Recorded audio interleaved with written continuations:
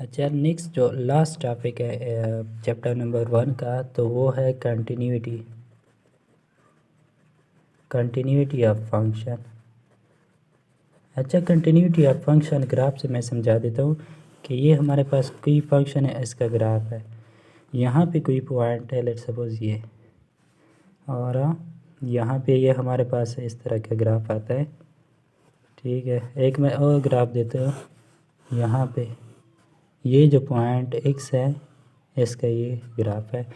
अभी इस पॉइंट पे क्या है, लेट्स सपोज हमारे पास इस तरह का कुछ फंक्शन है 1/x-2, यानी x = 2 पे ये हमारे पास अनडिफाइन आता है। x =2 पे ये हमारे पास क्या आएगा, अनडिफाइन आएगा। तो इस जगह पे क्या है, हम एक होल बनाते हैं, यानी कि ये जो फंक्शन है इसकी यहाँ पे कोई वैल्यू डिफाइन नहीं है, और यहाँ पे इसकी वैल्यू क्या है, डिफाइन है। तो यहाँ पे ये देखो, यहाँ से जब आते हैं तो पेन को उठाए बगैर हम यहाँ से एक कंटिन्यूस ग्राफ बनाते हैं, लेकिन यहाँ पे जब आते हैं हम इस तरह पेन यहाँ पे उठा देते हैं और फिर यहाँ से ग्राफ शुरू कर देते हैं। तो जहाँ पे हम कंटिन्यूसली पेन से ग्राफ बनाते हैं वो कंटिन्यूस फंक्शन, और जहाँ पे हम पेन उठाते हैं वो डिसकंटिन्यूस फंक्शन। तो कंटिन्यूटी का क्या मतलब है, यानी कि एक पॉइंट हमें दे दे कि इस पॉइंट पे आप कोई इंटरवल भी दे सकते हैं कि आप कंटिन्यूटी या फंक्शन चेक करें। तो हमने क्या करना है कि उस पॉइंट पे हमने देखना है कि वो फंक्शन डिफाइन है या डिफाइन नहीं है। उस पॉइंट पे वो फंक्शन डिफाइन है या फिर डिफाइन नहीं है। तो इसके लिए मैथमेटिकली इसके कुछ कंडीशन बनते हैं कि when a function is a continuous. तो हमारे पास continuity f(x) is continuous, f(x) is continuous at x = c। x कोई कांस्टेंट नंबर c दे, अगर हमें दे दे, कब होगा, पहला कंडीशन ये है कि f(c) एग्जिस्ट, f(c) एग्जिस्ट, यानी कि ये हमारे पास क्या हो, डिफाइंड हो, ये हमारे पास क्या हो, डिफाइंड हो। पहला कंडीशन कि वो जो पॉइंट्स है उस पे फंक्शन हमारे पास डिफाइन हो। यहाँ पे नहीं डिफाइन, यहाँ पे हमारे पास कंटिन्यूस नहीं है, यहाँ पे डिफाइन है तो यहाँ पे हमारे पास कंटिन्यूस है। सेकंड कंडीशन ये है कि इसका जो लिमिट है x tends to c f(x), ये हमारे पास क्या हो, f(c) की इक्वल हो। इसका जो लिमिट है ये हमारे पास f(c) की इक्वल हो, यानी कि इसका ग्राफ इस साइड से भी जो f(c), लेट सपोज ये पॉइंट मेरे पास f(c) आ गया, ये मेरे पास x जो है ये x = c है, ये f(c) है।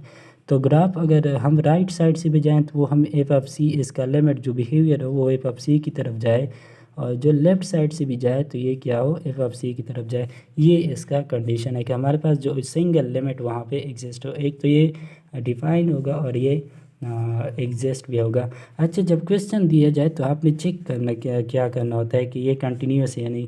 तो आपने ये चेक करना, यू हैव टू चेक का, फर्स्ट ऑफ ऑल आपने क्या करना है, फाइंड f(c), यानी वो फंक्शन c पे डिफाइन है या नहीं है। अगर नॉट डिफाइन हो तो नॉट कंटिन्यूस, अगर डिफाइन हो तो फिर आपने सेकंड कंडीशन देखनी है। सेकंड कंडीशन क्या है कि इसका लिमिट, अच्छा लिमिट में मैंने पहले बताया था कि लिमिट कब एग्जिस्ट होगा, जब c पॉजिटिव भी और c नेगेटिव, यानी राइट हैंड लिमिट और लेफ़्ट हैंड लिमिट हमारे पास इक्वल हो, तो इस केस में हमारे पास क्या होगा, लिमिट एग्जिस्ट होगा। तो इन दोनों कंडीशन का अगर मैं सिंगल स्टेटमेंट में लिख दूँ तो लिमिट, आपने ये तीनों एक्सप्रेशन चेक करने हैं कि ये जो कंडीशन है x tends to c from negative side is equal to f(c), ये तीनों expression, right hand limit is equal to left hand limit is equal to f(c), ये तीनों आप देख ले। अगर ये तीनों इक्वल आ गया तो फंक्शन कंटिन्यूस है, इक्वल नहीं आए तो फंक्शन कंटिन्यूस नहीं है।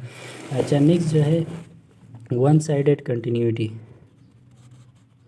वन साइडेड कंटिन्यूटी, कभी कभी हमारे पास ऐसा होता है कि एक फंक्शन राइट साइड से तो कंटिन्यूस होता है लेकिन हमारे पास लेफ़्ट साइड से, और कभी लेफ़्ट साइड से कंटिन्यूस होता है, राइट साइड से डिसकंटिन्यूस होता है। लाइक बुक में एग्जांपल में एक क्वेश्चन है p(x) = 0.32, f(0) is less than x is less than और इक्वल टू 1, और फिर है 0.55, f(1) is less than x is less than or equal to 2, and 0.78, f(2) is less than x is less than or equal to 3। अगर इस function का अगर हम graph बना ले तो वो कुछ इस तरह से बनता है कि ये हमारे पास 0.32, ये 0.55 एंड ये 0.78। तो यहाँ पे ज़ीरो जो है इसमें इंक्लूडेड नहीं है। यहाँ पे हम ये ग्राफ यहाँ पे यहाँ पे डार्क और यहाँ पे खाली हम सर्कल लगा देंगे। फिर यहाँ पे इस तरह इसका ग्राफ जो है वो कुछ इस तरह से बनेगा 1 2 3 और यहाँ पे फिर इस तरह। तो अगर हम देखें इस ग्राफ को, ये इस पॉइंट पे यानी कि x=1 पे हम इसकी कंटिन्यूटी चेक करना चाहते हैं। तो अगर हम इस साइड से जाएं, इस साइड से 1 की वैल्यू ये है, इस साइड से हम जाएं तो हमें यहाँ पे ग्राफ कंटिन्यूस मिलता है। यानी कि हमारे जो लेफ़्ट हैंड कंटिन्यूटी है, लेफ़्ट हैंड कंटिन्यूटी वो तो सेटिस्फाई है, लेकिन राइट हैंड साइड से जब हम 1 की तरफ आए तो हमारे पास यहाँ पे ग्राफ कंटिन्यूस नहीं है। हमारे पास राइट हैंड कंटिन्यूटी है वो हमारे पास सेटिस्फाई नहीं है। तो हमारे पास कंटिन्यूटी के दो टाइप्स है, एक है लेफ़्ट हैंड कंटिन्यूटी, एक है राइट हैंड कंटिन्यूटी।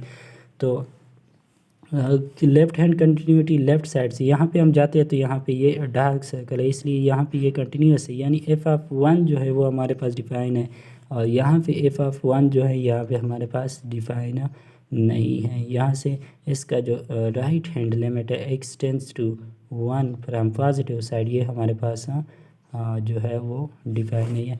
तो लेफ़्ट हैंड कंटिन्यूटी के लिए आपने क्या कब when a function is left hand continuous, जब हमारे पास जो लेफ़्ट हैंड लिमिट हो x tend to c f(x), ये हमारे पास f(c) की इक्वल हो जाए ओनली, यानी कि राइट वाला जो हो वो ना हो। और राइट वाले का जब हो तो उसको हम राइट हैंड कंटिन्यूटी कहते हैं।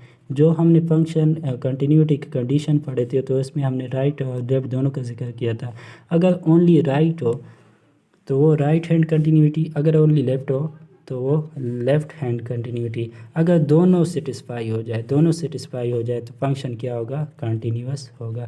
तो ये थी कंटिन्यूटी की कुछ डिस्कशन। अभी इसका जो क्वेश्चन आपने किस तरह सॉल्व करने हैं, क्वेश्चन इस तरह सॉल्व करने हैं कि आपने लिखना है कि function any function f(x) is continuous for all values, for all कोई भी फंक्शन आप तो दे f(x) is continuous for all values आप x हो n हो जो भी हो उसमें वेरिएबल हो एग्जैक्ट के बाद आपने क्या लिखना है, वो तमाम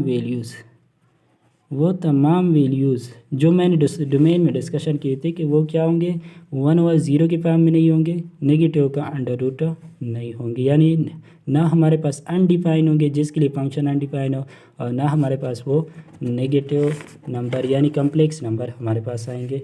तो बुक में पहले दो क्वेश्चन है कि एक्सरसाइज 1.4 क्वेश्चन नंबर 5 ए पार्ट है f(x)=2x-3। तो ये फंक्शन आर वेरियस की डिफाइन है, तो इसको मैं लिख सकता हूँ इट इज़ कंटिन्यूअस फंक्शन। और बी है f(x)=3 - 5x, ये भी हमारे पास क्या है, कंटिन्यूअस फंक्शन है। और सी जो हमारे पास है h(x)=x-5, तो ये जो है ये हमारे पास x-5 के लिए हमारे पास क्या है, अनडिफाइंड है। x-5 के लिए हमारे पास x-5 यानी डिनोमिनेटर को मैं 0 लिख देती हूँ, हमारे पास अनडिफाइंड है, मतलब कि x=5 के लिए हमारे पास अनडिफाइंड है। तो इसके लिए मैं क्या लिखूँगा कि h(x) will be as a continuous function for all values of x except x=5। इस तरह इसका आंसर आएगा। नेक्स्ट जो है डी में हमारे पास k(x)=x/(x+3), तो हमारे पास डिनोमिनेटर 0 नहीं होना चाहिए, यानी कि x+3 ये हमारे पास 0 नहीं होना चाहिए, x=-3 नहीं होना चाहिए। तो मैं कहूँगा कि k(x) is a continuous for all values of x except जिसके लिए ये अनडिफाइन है। तो ये इसकी कंटिन्यूटी। नेक्स्ट जो g(x) है x-5/x-3x+2, तो हमारे पास डिनोमिनेटर यानी x-3 इंटू x+2 हमारे पास 0 नहीं होना चाहिए, x-3 भी 0 नहीं होना चाहिए और x+2 भी हमारे पास 0 नहीं होना चाहिए, x=3 नहीं होना चाहिए, x=-2 नहीं होना चाहिए। तो इसके लिए मैं क्या लिखूँगा, g(x) is continuous for all values of x except x is equal to -2 व 3। ठीक है, ऑल रियल नंबर -2 व 3 जो इसका डोमेन बनते हैं वही इसकी कंटिन्यूटी में वही लिखना होता है। Number f of x is equal to 1 divide by x into x plus 7। तो हमारे पास x into x plus 7 zero नहीं होना चाहिए, एक्स ज़ीरो नहीं होना चाहिए और एक्स प्लस 7 हमारे पास ज़ीरो नहीं होना चाहिए, यानी कि हमारे पास एक्स इज इक्वल टू -7। तो इसके लिए मैं क्या लिखूँगा, f of x is defined for all values of x except x is equal to -7 व 0। ऑल रियल नंबर के लिए कंटिन्यूस है, ऑल डोमेन एक्स की जितनी भी वैल्यूज है उसके लिए कंटिन्यूस है एक्सेप्ट -7 और 0 के लिए। तो जिस तरह इसका डोमेन होता है उसको आप वर्ड्स में लिखते हैं, यानी ये डोमेन भी इसी तरह फाइंड किया जाता है। इसका डोमेन भी यही है, domain of F of x, इसका डोमेन ये है। इसमें आप इसको आपने वर्ड्स में लिखना होता है कंटिन्यूटी में कि f of x is continuous for all real values of x except -7 and 0। तो इस तरह आपने कंटिन्यूटी के क्वेश्चन सॉल्व करने हैं।